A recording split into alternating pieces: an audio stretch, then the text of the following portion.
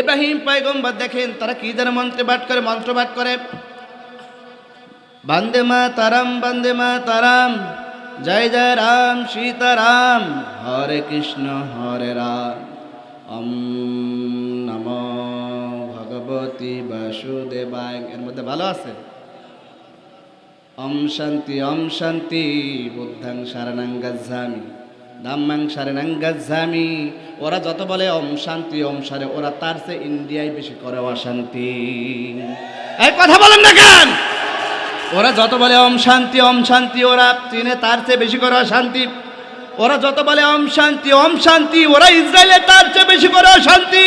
সুতরাং ওরা যত বলে ওম শান্তি ওরা বেশি করে মুসলমানদের উপরে অশান্তি। ওরা বলে জয় শ্রীরাম বলাই কিনা? ওরা জোর করে জয় শ্রীরাম বলায়। এখন বলেন ইসলাম একমাত্র শান্তির ধর্ম। কোন মুসলমান কোন হিন্দুকে জোর করে আল্লাহ বলায়? জোরে বলেন, কোন মুসলমান জোর করে হিন্দুকে আল্লাহ বলে না। আপনি ভারতের দিকে তাকান, ওরা দেখেন জোর করে মুসলমানদেরকে কিন্তু জয় শ্রীরাম বলে, আছে না নাই? ওরা জোর করে মুসলমানদেরকে জয় শ্রীরাম বলায়। কেউ যদি নামাজ পড়তে যায়, নামাজ থেকে তাদেরকে মুসলমানদেরকে ধরে এনে গরুর মতো জবাই করে, আছে না নাই? যারা নামাজ থেকে মুসলমানদেরকে ধরে গরুর মতো জবাই করে, যারা মসজিদগুলো ভেঙে ফেলে, ওরা যদি বলে ওম শান্তি, এর মধ্যে কোনো শান্তি নেই। কথা বলেন ঠিক কিনা? ওরা বলে আমাদের ওম শান্তি। ও আমার ভাইরা, আমরা বলতে চাই একমাত্র কোরআন মুসলমান ইসলামী শাসনতন্ত্র ছাড়া আর কিচ্ছু শান্তি নাই। কথা বলে মুসলমান, ঠিক কিনা?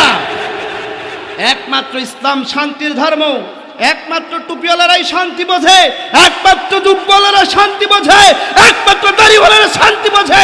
আর কোন জাতি সম্প্রদায় শান্তির কথা বলে কিন্তু শান্তি ওরা কায়েম করতে চায় না। কথা বলে মুসলমান, ঠিক কিনা?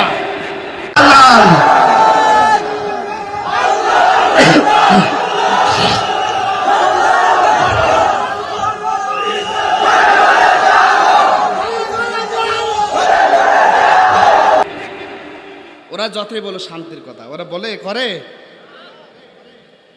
এবার ইব্রাহিম পয়গম্বর দেখতেছেন ওরা বলে বন্দে মাতরম জয় জয় রাম সীতারাম হরে কৃষ্ণ হরে রাম ওম নমো ভগবতী বাসুদেবায়। এর মধ্যে ভালো আছে, বলেন।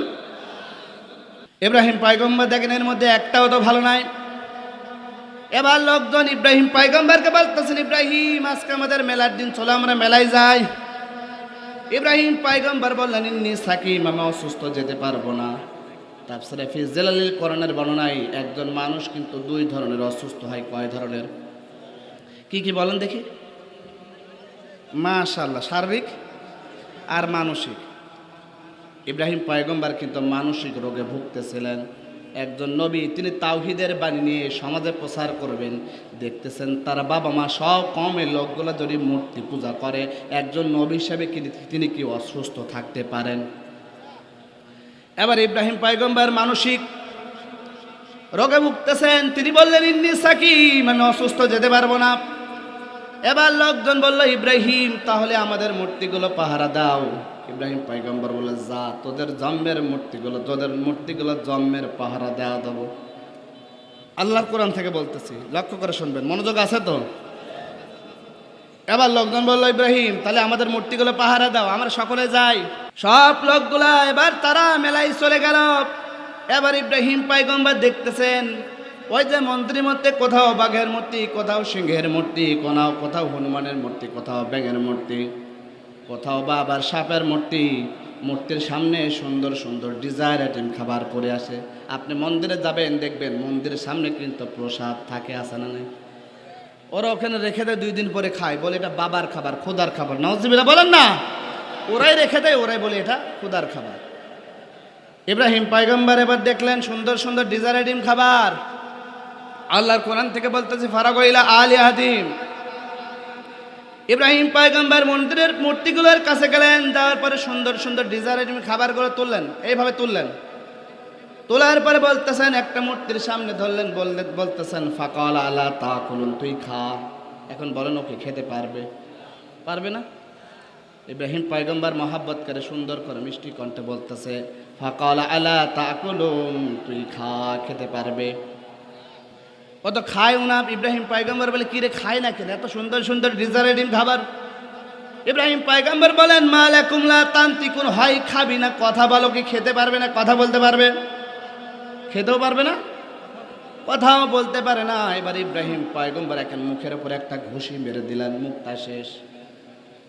এবার ইব্রাহিম পয়গম্বর বললেন, না মুখ তো নাই, খাবে কি করে, ওরে কান দি বলে, এই তুই শুনিস না আমার কথা, কানে একটা দিলেন, ওর কানও শেষ। বুঝলেন, ওর মুখও নাই কানও নাই। ইব্রাহিম পয়গম্বর বলে, এত সুন্দর সুন্দর খাবার তুই খাস না। একটা একটা করে ঘুষি দিতে শুরু করলেন, একটা একটা ঘুষি দিতে দিতে দিতে সবগুলো ভেঙে ফেললেন। কিছু ভাঙার পরে এবার তিনি শরীরে একটু ক্লান্ত বোধ করলেন। তাফসীরে ফি জিলালিল কোরআনের বর্ণনায় এবার তিনি তখন একটা মন্দিরের মধ্যে একটা কোরাল ছিল, মন্দিরের মধ্যে একটা কোরাল ছিল, কোরালটা নিলেন, নেওয়ার পরে একেবারে কুপা সামচু শুরু করে দিলেন। একেবারে কুপা সামচু কুপাদে কুপাদে সবগুলো ফিনিশ করে দিলেন। একটা বড় মূর্তি ছিল, মূর্তির কাঁধে রাখলেন, রাখার পরে এবার লোকজন সকলে চলে আসলো। আসার পরে দেখতেছেন কারোর হাত নাই, পা নাই, মাথা নাই, চোখ নাই, কোনো কিছু নাই। আমাদের দেশে একটা মূর্তি ছিল, ছিল না? এই কথা বলে না খান, 5 আগস্টের দিন বেচারার মূর্তি কি বলবো, একের মাথা মন্ড করছে নাই, কথা বলে না কেন? আমাদের কুষ্টিয়া একটা বড় মূর্তি ছিল, সারা বাংলাদেশে তোরপার হয়েছিল, জানেন তো? ওই মূর্তিকে বা কারা ভেঙেছিল, মাদ্রাসার 2 জন ছাত্রকে অ্যারেস্ট করেছিল, আল্লামা মামুনুল হককে অ্যারেস্ট করেছিল মূর্তি ভাঙার জন্য। সেই মূর্তিগুলো আজকে কোথায়, কোথায় আছে? আছে আল্লাহর কোরআন থেকে বলতেছি, দেখেন, বিশ্বাস হয় দেখতে পারেন। আমি একটা মিথ্যা কথা বলবো না। আমাদের দেশের মানুষ নিরাপত্তা পেত না, আমি নিজে চোখে দেখেছি।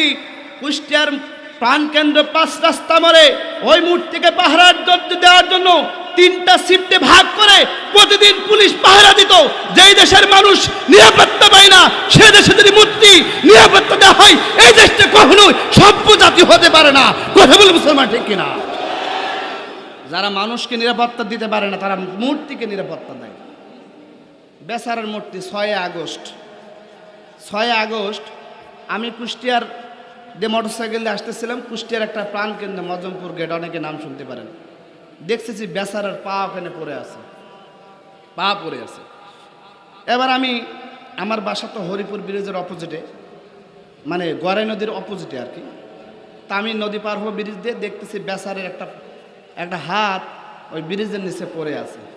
চিন্তা করলাম, পা দেখলাম মজমপুর গেটে, আর হাত দেখলাম গড়াই নদীতে, মাথাটা কোন খুঁজে দেখি, এসে দেখতেছি বেচারের মাথা নাই, একেবারে ধরটা পড়ে আছে, ধরটা পড়ে আছে। এ কথা বলেন না খান?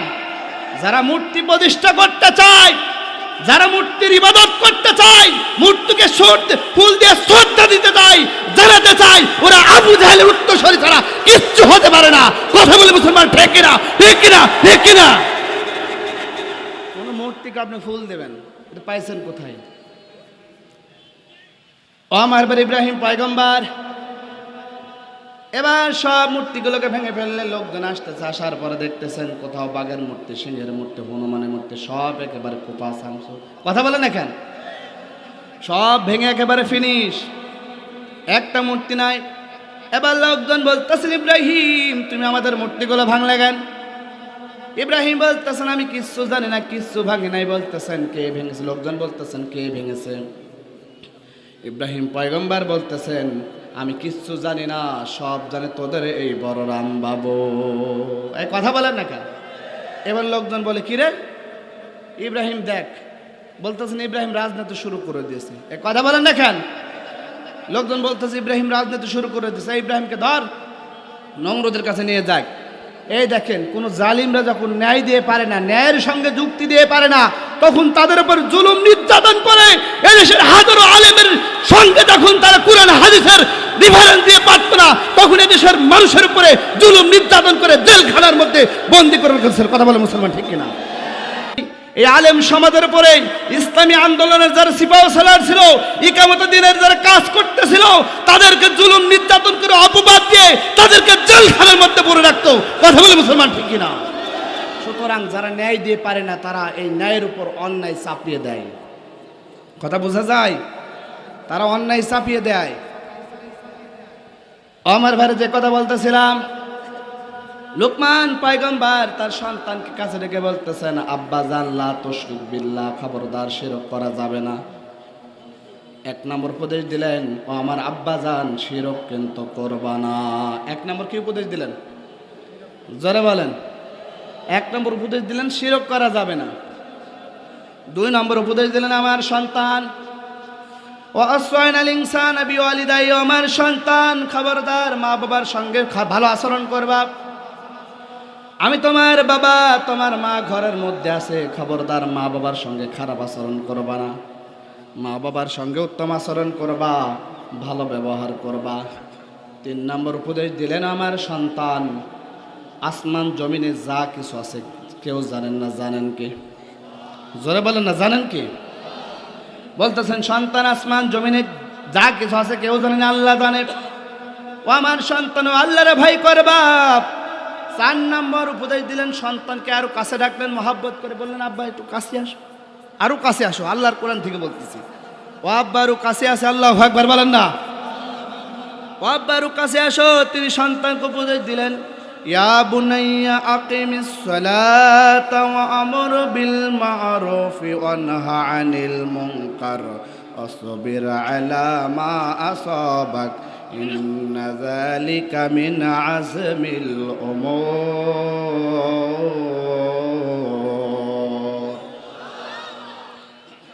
লুকমান পয়গম্বর তার সন্তানকে কাছে ডাকলেন, বললেন, আব্বা জান, 4 নম্বর উপদেশ, নামাজ প্রতিষ্ঠা করো। কি করো? জোরে বলেন। 4 নম্বর উপদেশ দিলেন, সন্তান, আমার সন্তান, আকিমিস সালাতা, আমার সন্তান নামাজ প্রতিষ্ঠাকারী হয়ে যাও। সুতরাং একা একা নামাজ পড়লে হবে না, আপনি একা একা নামাজ পড়েন হবে না, আপনার পরিবারকে নামাজের কথা বলার দরকার আছে না নাই? আপনি নামাজ পড়ে যান, আপনার 20 বছর 30 বছরের সন্তানটা 8টা পর্যন্ত ঘুমায়, আপনি কিচ্ছু বলেন না, আপনি মনে করতেছেন আপনি পার পেয়ে যাবেন। পার পাওয়া যাবে?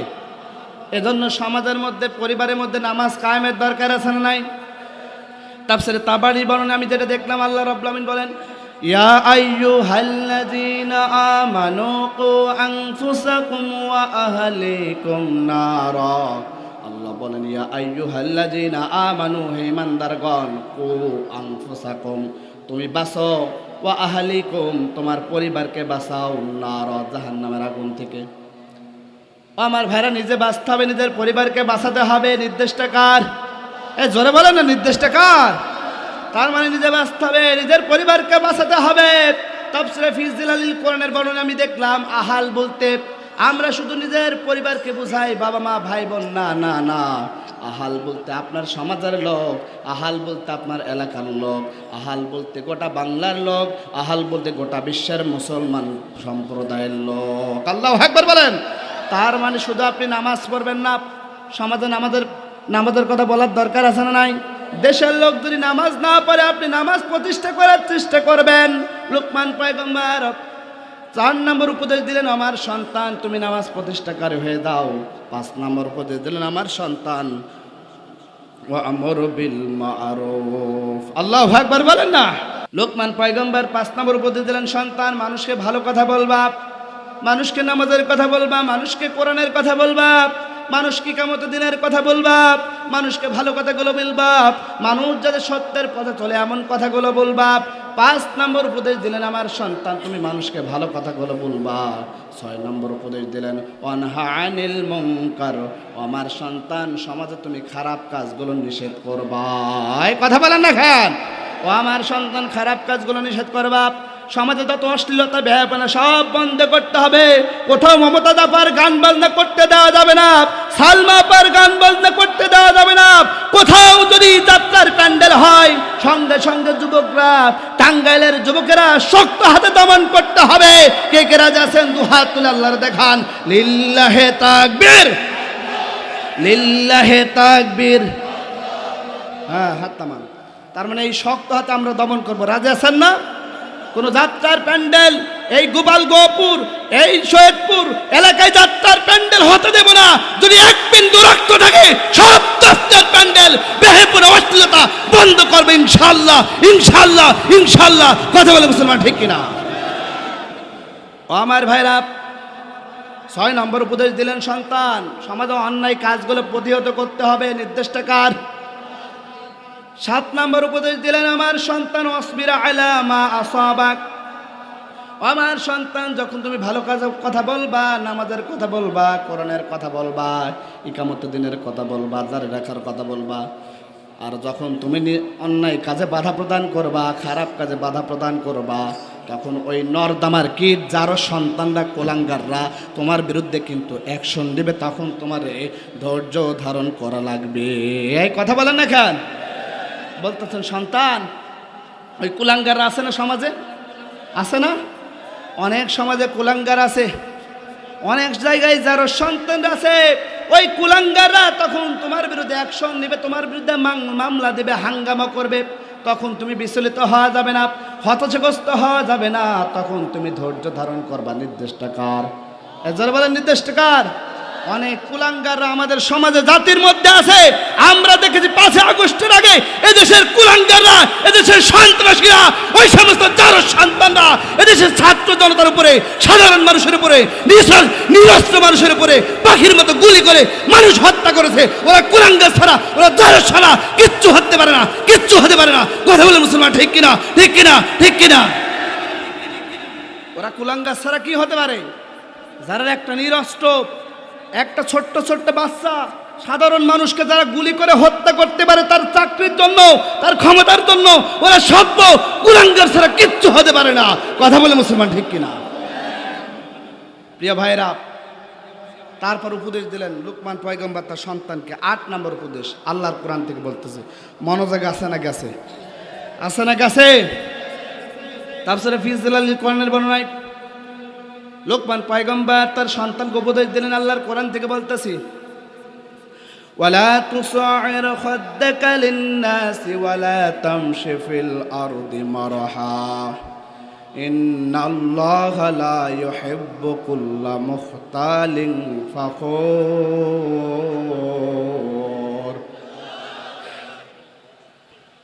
লোকমান পয়গম্বর 8 নম্বর উপদেশ দিলেন। কয় নাম্বার?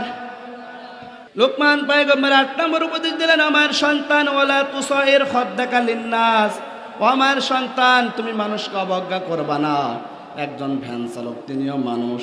কথা বলেন এখানে, একজন ভ্যান চালক তিনিও মানুষ, একজন রিক্সা চালক তিনিও মানুষ, একজন দিনমজুর তিনিও মানুষ। খবরদার, খবরদার, ওয়ালা তুসাইর খাদ্দাকা লিন-নাস, ওই মানুষকে অবজ্ঞা করবা না। লোকমান পয়গম্বর 9 নম্বর সন্তানকে উপদেশ দিলেন, ও আমার সন্তান, ওয়ালা তামশি ফিল আরদি মারহা, ও আমার সন্তান, জমিনের মধ্যে কিন্তু অহংকার করে চলবে না। নির্দেশটা কার? বলতেছেন সন্তান, খবরদার, অহংকার করে চলবে না। অনেক মানুষ অহংকার করে, আছে না নাই? অনেক মানুষ বিভিন্ন রকম অহংকার করে। তাফসীরে ফি জিলালিল কোরআনের বর্ণনায় আমি দেখলাম মূলত মানুষ 4 ধরনের অহংকার বেশি করে। কয় ধরনের? হাত তুলে দেখেন কয় ধরনের? 4 ধরনের মানুষ অহংকার মানুষ বেশি করে। 1 নম্বর মানুষ সৌন্দর্যের অহংকার, আছে না নাই? 1 নম্বর মানুষ সৌন্দর্যের কিন্তু অহংকার করে, আছে না নাই? যার চামড়াটা সাদা তার অহংকার কম না বেশি? দেখবেন অনেক চামড়া সাদা, তার অহংকার বেশি, জমিনের পা দিয়ে হাঁটে না। 2 নম্বর অহংকার করে মানুষ সম্পদের অহংকার, আছে না নাই? তার যদি অডাল সম্পদ হয়, দিনমজুর, একজন ভিক্ষুক, মানুষকে মানুষ মনে করে না, সম্পদের অহংকার করে। 3 নম্বর মানুষ অহংকার করে মানুষ সুটাম অর্থাৎ শক্তির অহংকার করে। দেখবেন যার অনেক শক্তি আছে, সুটাম দেহ, দুর্বল মানুষকে মানুষ মনে করে না, কলার ধরে 2-1টার ঘুষি দিয়ে দেয়। 4 নম্বর মানুষ অহংকার করে বংশমর্যাদার অহংকার করে। কোন বংশের যদি 400 মানুষ হয়, অন্য বংশের 200 মানুষকে আর পরোয়া করে না, বরং তাদের উপর জুলুম করে, নির্যাতন করে, নিপীড়ন করে। সুতরাং এই অহংকার থেকে তার সন্তানকে হেফাজতের কথা বললেন, ও আমার সন্তান, খবরদার, অহংকার করা কিন্তু যাবে না। সর্বশেষ 10 নম্বর উপদেশ দিলেন সন্তানকে, আল্লাহর কোরআন থেকে বলতেছি, অকসিদ ফি মাশিকা ওয়াগদুদ মিন সাউতিক। 10 নম্বর উপদেশ দিলেন সন্তান, আমার সন্তান, তুমি মানুষের সঙ্গে কিন্তু বিনয় করে কথা বলবা, বিনয়ের সঙ্গে চলবা, উগ্রভাবে চলবা না।